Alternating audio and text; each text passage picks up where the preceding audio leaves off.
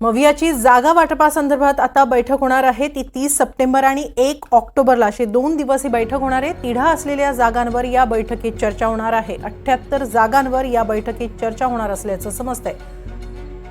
30 September आणि 1 ऑक्टोबरला ही बैठक होणार आहे।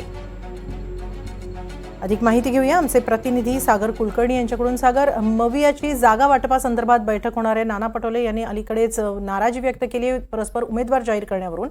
30 सप्टेंबर आणि 1 ऑक्टोबरला होणाऱ्या बैठकीत नेमक्या कोणत्या जागांवर चर्चा होणार आहे? महाविकास आघाडीची जवळपास 78 जागांवर वाद आहे। विशेष म्हणजे तिन्ही पक्षांचे काही दावे मतदारसंघावर होत आहेत। यामुळे या संदर्भामध्ये तिढा सोडवण्याच्या दृष्टिकोनातून 2 दिवसाची बैठक होईल असं सांगितलं जातं। यातील सुद्धा काही विधानसभा मतदारसंघावर जर तिढा सुटला नाही तर मात्र अखेर हा तिढा दिल्लीत सोडवला जाईल असं सांगितलं जातं।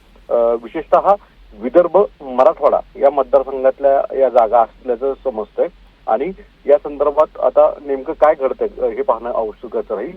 पण दुसरीकडे महाविकास आघाडीमध्ये आता एक वाद निर्माण झालेला आहे, जी नाराजी थेट काँग्रेसचे प्रदेशाध्यक्ष नाना पटोले बोलून दाखवतात।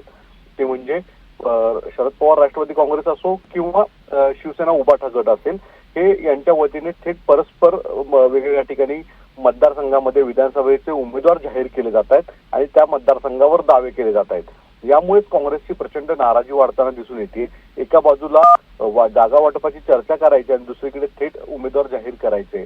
यामुळे याचे पडसाद सुद्धा या 2 दिवसाच्या बैठकीत उमटतायत की काय हे पाहणं उत्सुकतेचं राहील।